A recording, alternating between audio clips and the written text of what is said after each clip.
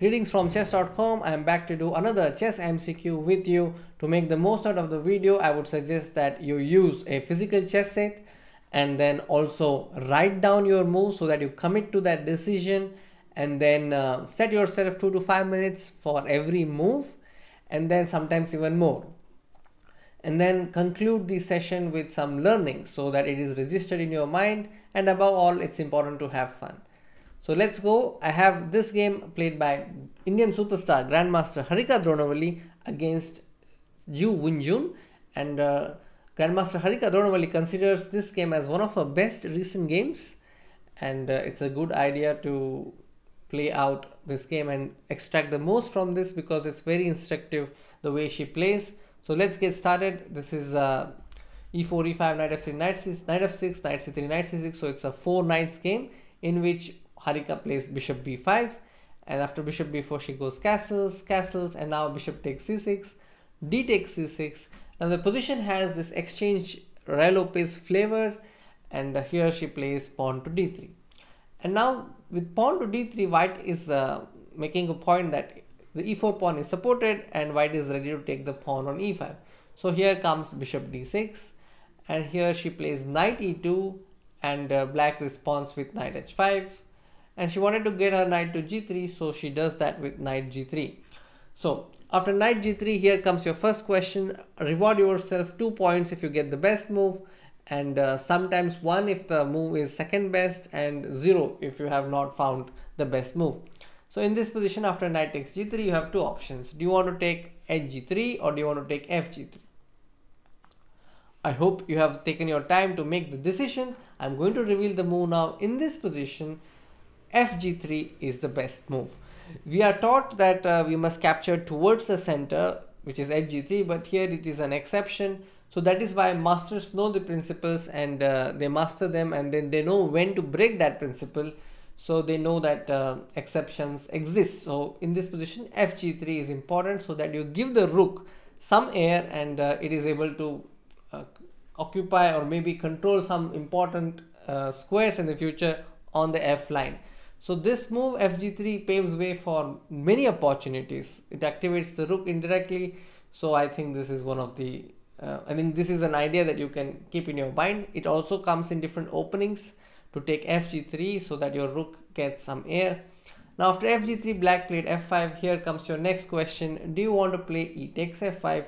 Do you want to play queen to e2? Do you want to play bishop g5 to attack the queen, or do you want to play b3 to develop your bishop on b2? Okay, in this position, if you chose ef5, I would say that's not the best move, because the bishop that is sitting quietly on c8 is now given a job to play and take on f5. So we should not really help our opponents this way, because your opponent is anyway intending to develop this bishop, and you are making things easy for your opponent. Also, it's going against the principle of maintaining the tension. So ef5 is not the best move. b3 in this position is also not best, because black can simply play fe4 and play bishop c5 check, and after you play king h1, a lot of exchanges, and then black is having no problem, and he's already equalized. So you can't really allow the exchange of queens this way. So b3 is rejected. Bishop g5 is interesting, but still not the best move, because black wants to go queen e8 and queen h5.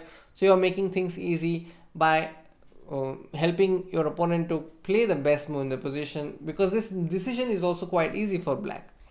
So in chess, it's very important that you pose some concrete, difficult problems for your opponent so that you provoke mistakes from your opponent. So considering all that, it makes sense to play queen e2, which is the best move. You maintain the tension. You're also on the verge of connecting the rooks and protecting e4 pawn, and more importantly, avoiding the exchange of queens. After queen e2, black played fe4, and here both moves are possible, but d takes e4 is consistent. And after queen e7, you have choices again. Do you want to play knight h4 to go with your knight to f5? Do you want to play bishop to e3 just to connect your rooks, or do you want to play something else? Okay, in this position, if you have chosen a move like a4, that's also decent. It's quite good. If you have chosen bishop d2, that is also good.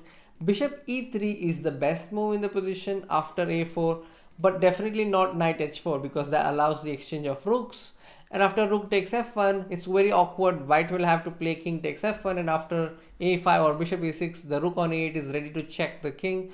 So you would not want to give some extra moves unnecessarily to your opponent. So it makes sense to play bishop e3, a developing move, new piece.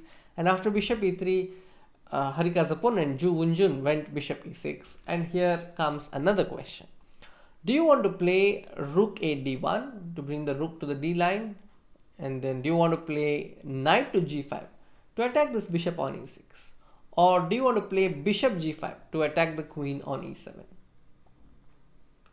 Here you can also choose your own move apart from the list. Okay, I'm going to reveal the answer now. In this position, if you play a move like a4 or b3, they are okay. And if you've chosen rook a d1 in this position, that's fine. Black has b5. But if you chose bishop g5 in the position, then black will play queen e8. So it's not of much use because this bishop will be kicked away again. So the best move is either maybe b3 a4 or knight g5. And I really like knight g5. So full points if you got knight g5. The reason is that if black plays, let's say, bishop d7, then there is a dangerous queen c4 check followed by knight f7 or even rook f7, which is even better. So bishop will be exchanged, so black will no longer have the double bishop advantage. So that is the reason why knight g5 is so important. And then black will be left with this bishop which will have to defend the pawn on e5 for a really long time. So after bishop g5, after knight g5, black went h6 and white took knight e6, queen e6, and from here Harika makes a very smooth transition from the middle game to end game. She plays b3 and then a4 and exchanges pieces because white is really having a decent advantage because the pawn on e5 in comparison to the pawn on e4, this bishop will have to defend this pawn on e5, whereas this bishop can attack. So you have an attacking bishop, plus you can see these pawns are also on dark squares, which mean that white has more targets to attack. And then let me come to a critical position after queen d2. In this position, do you want to play queen f3 to reject the exchange of queens? Do you want to play queen c4 check? Do you want to play queen to f1, or do you want to play queen takes d2?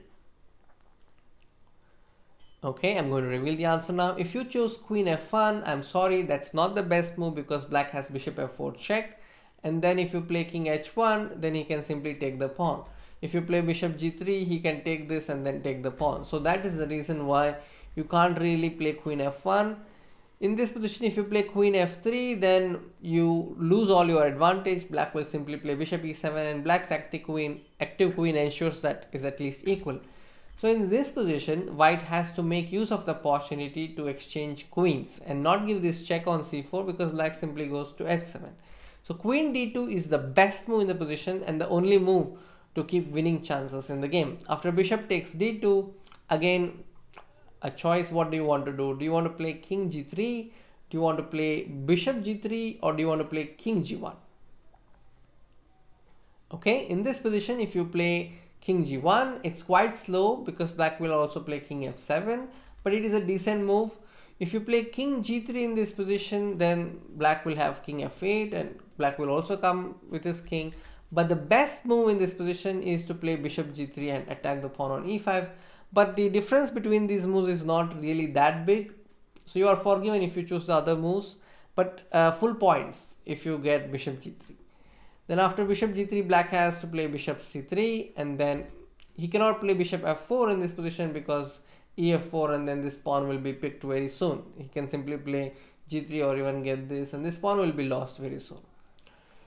So in king and pawn endgames, the drawback is that black has these 4 pawns, whereas white has these 3 pawns which are good enough to defend 4. That means this pawn is clearly a passer. So that is an advantage in playing Rai-Lopez exchange endgames. So in this position, white went h5, again a very nice move. It's very important to go h5 so that you take away g6 ideas. And after h5, king f7, here's your chance. What do you want to do as white? Do you want to play king h3? Do you want to play king g1? Do you want to play bishop h4? Or do you want to play something else? In this position, of all the moves that I've mentioned, the best move is bishop h4 because you are keeping an eye on the d8 square. You can go to d8 and also threaten to win this pawn. So you can see that this is the first weakness and this is the second weakness, and then the g7 pawn can be considered as the third weakness in the long run. So bishop h4 is the best move. All the other moves are possible, but they are quite slow in nature. So bishop h4 is correct. And after king e6, white has g5 pawn break, and after bishop d2, again a good moment for you to think what you would do as white. This time I will not give you options because the moves are quite obvious. Okay, I'm going to reveal the answer now, but before revealing, maybe if you are considering some moves like king h3, g6, gh6, I would say that you are very close to the answer. So in this position, there are different ways to win. Maybe g6 is the easiest way to win because you are threatening bishop d8. And if black plays king d6, then you have bishop f6 because you are attacking this pawn. After gf6, g7 wins. So that is the reason why g6 wins, because this is not so easy to defend. If you play a move like bishop f4, then white can simply play something like king h3, and after bishop d2 you can go king g4, and after bishop f4, you know, eventually bring the king, and then the tricks of bd8 and bishop f6 will eventually follow. For example, here bishop d8 and then pawn is lost. So if you go king d7, there is bishop f6 and then this pawn is lost. So white is winning. But in the game, Harika played gh6, which is also strong enough to win. After gh6, she activated her king with king h3, and then she got her king into the play because king is an active piece in the endgame. And here I have a question again after bishop d2. What would you like to do as white? Do you want to play bishop d8 to attack this pawn on c7? Do you want to play bishop g3, a waiting move? Do you want to play c3, or do you want to play king d3? Okay, I'm going to reveal the answer now. In this position, it's important that you play c3 as an attempt to create a passed pawn with b4. The other moves will just prolong the game a little, but you know, eventually you will have to go for c3 break. So c3, and then after bishop e3 there is b4. The idea is ba5 is coming, and then even that pawn will be a weakness. And then this bishop, this lone bishop, has too many responsibilities and it cannot fulfill them all. So after bishop e3, b4, c b4, a b4, bishop d2, bd8, king d7, bishop f6, king e6, bishop g7, king d6. She gets the break that she needs, a5, and this bishop cannot protect the pawn and also prevent white from going forward. So this deflection helps white to play g5, and this pawn is unstoppable. After king e6, she can even play g6, which is what happened in the game. And after bishop d2, there comes a tactical shot, which is quite easy to see, I believe. If you find it, then a bonus point for you. Bishop takes e5 is the answer, and then king e5 is not possible because of g7. So that way black loses another pawn on c7, and then the game as well. So this was Harika Dronavalli's amazing win, and this happened in 2020. I really liked it and really loved studying it. I hope you also picked some useful lessons, especially the way she conducted the game and fixed the opponent's weaknesses, did not go for unnecessary attacks, and she kept the pressure, and then she also held the advantage throughout the game. Even the transition from middle game to end game, the smoothness of her transition, and how she built over the principle of two weaknesses, c7, e5, and later exploited even g7. I hope you learned a lot from these games. I'll be back with another one. Until then, take care, bye bye. Do let me know your score in the comments.